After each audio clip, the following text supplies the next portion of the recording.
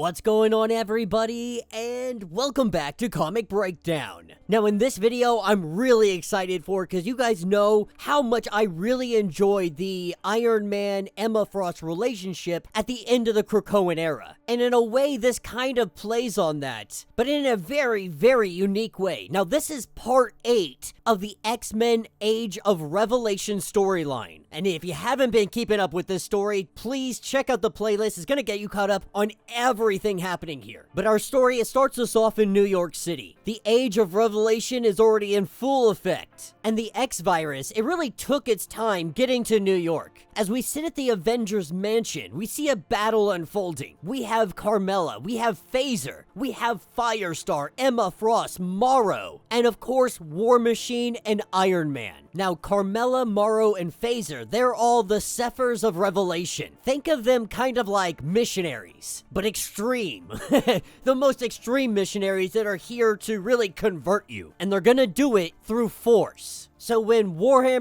Machine, that's how you know I've been watching way too much Warhammer 40k content.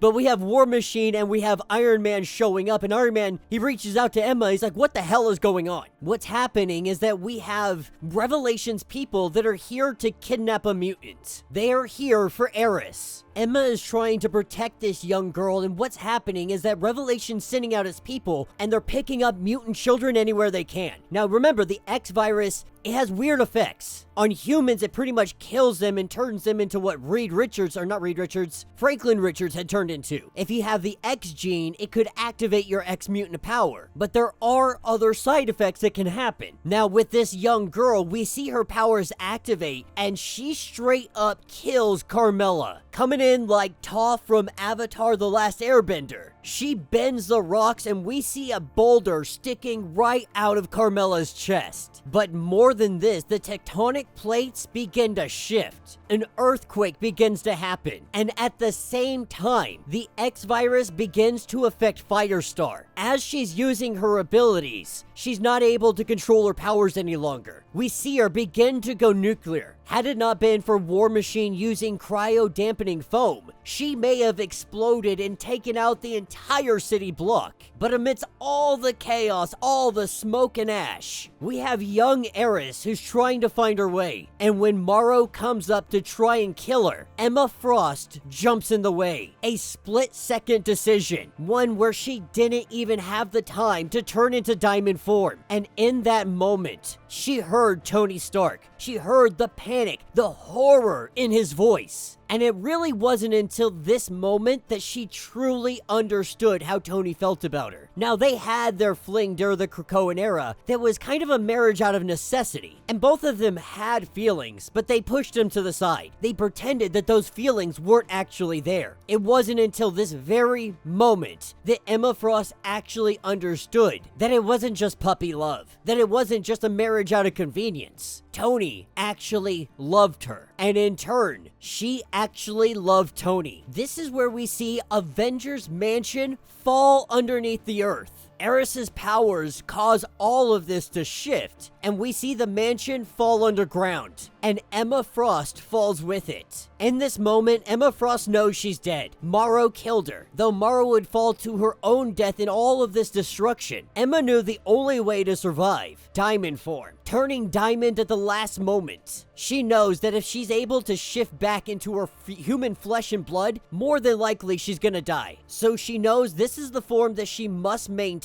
forever. Her gift of telepathy, now denied forever.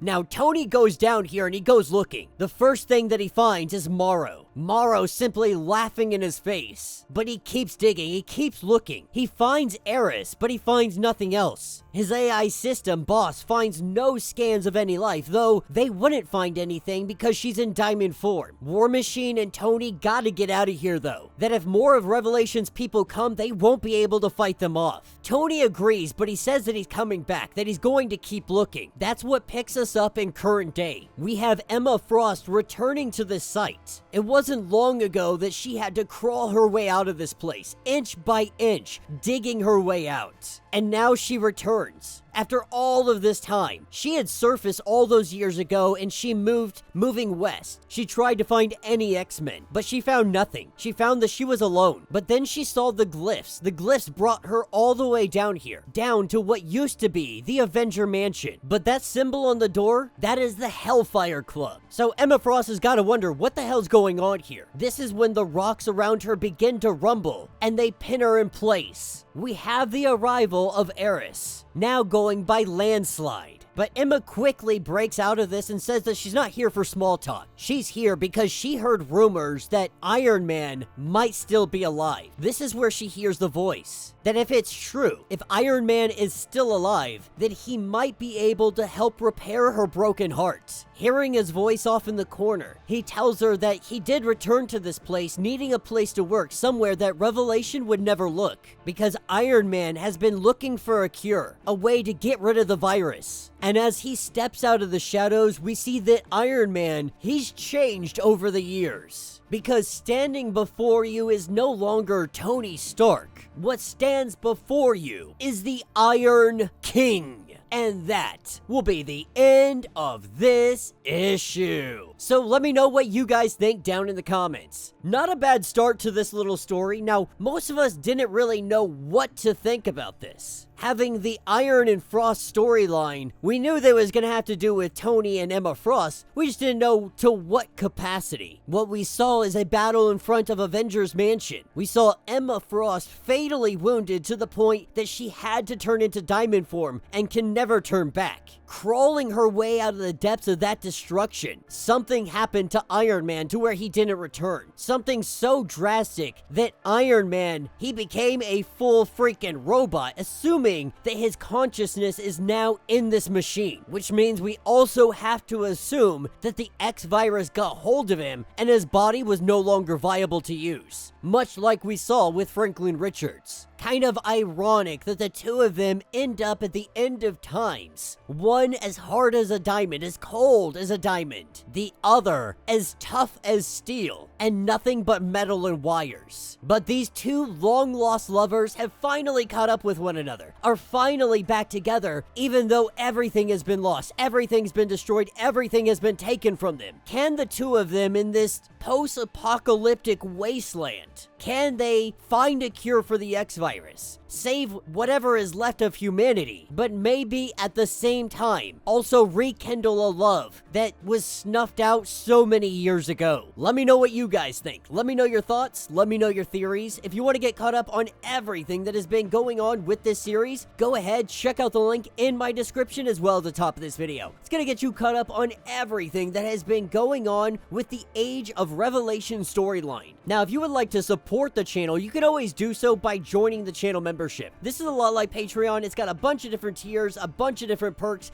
It really does help out our channel in tremendous ways. But if you're not able to do that, I completely get it. Simply subscribe to the channel, like this video, hit that notification bell, and with that being said, until the next breakdown.